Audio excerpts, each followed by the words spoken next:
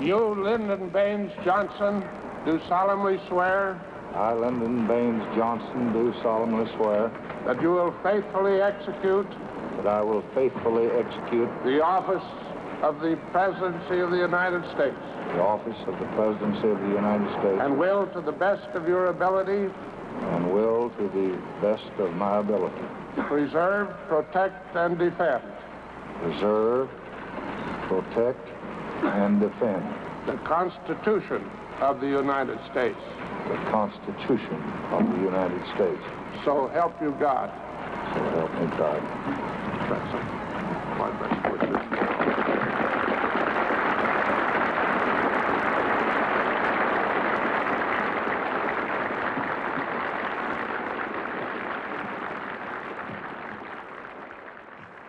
After the assassination of President John F. Kennedy, Johnson was thrust into the most powerful position in the world, in the most dramatic of ways.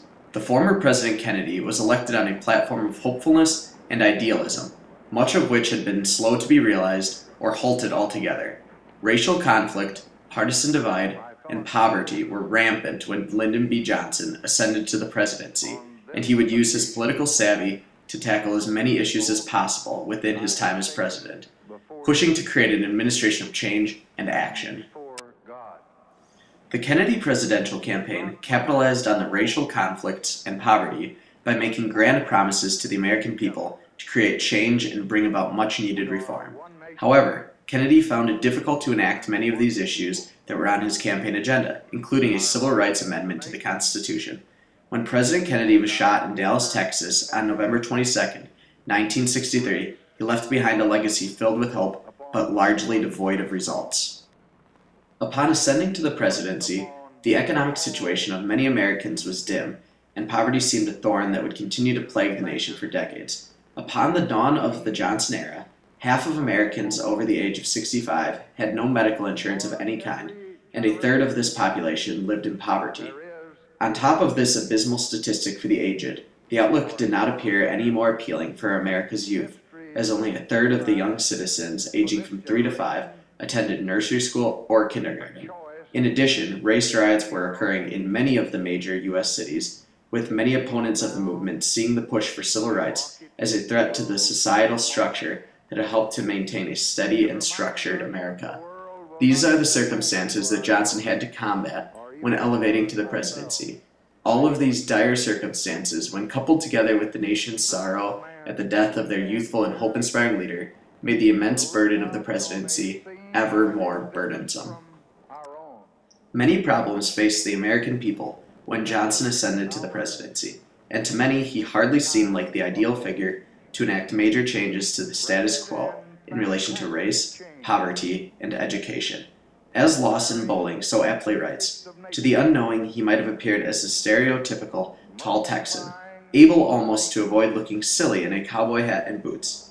Yet he was thoroughly a creature of Washington, and with his New Deal and World War II background, along with his awareness of the seamy underside of so-called local control and home rule in his native state as well as elsewhere, a believer in Washington, and in Washington's capability to do good, a lot of good.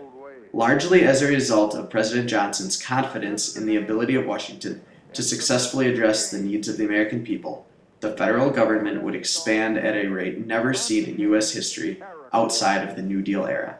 Johnson would use his New Deal experiences and Washington's savvy to expand the government with the direct purpose of involving the federal government in the everyday lives of American citizens.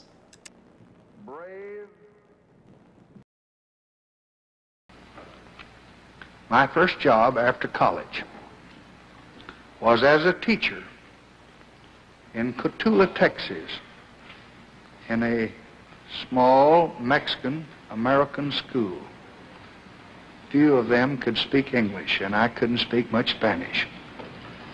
My students were poor, and they often came to class without breakfast, hungry.